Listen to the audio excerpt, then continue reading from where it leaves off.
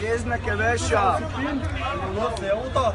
بعد اذنك يابا. خليني على مزاجكم يا عم. يا عم مش مزاجي يا عم، ده دول. انا مالي انا. انا مالي انا. بقول لك ايه، بقول لك ايه، انا مالي انا.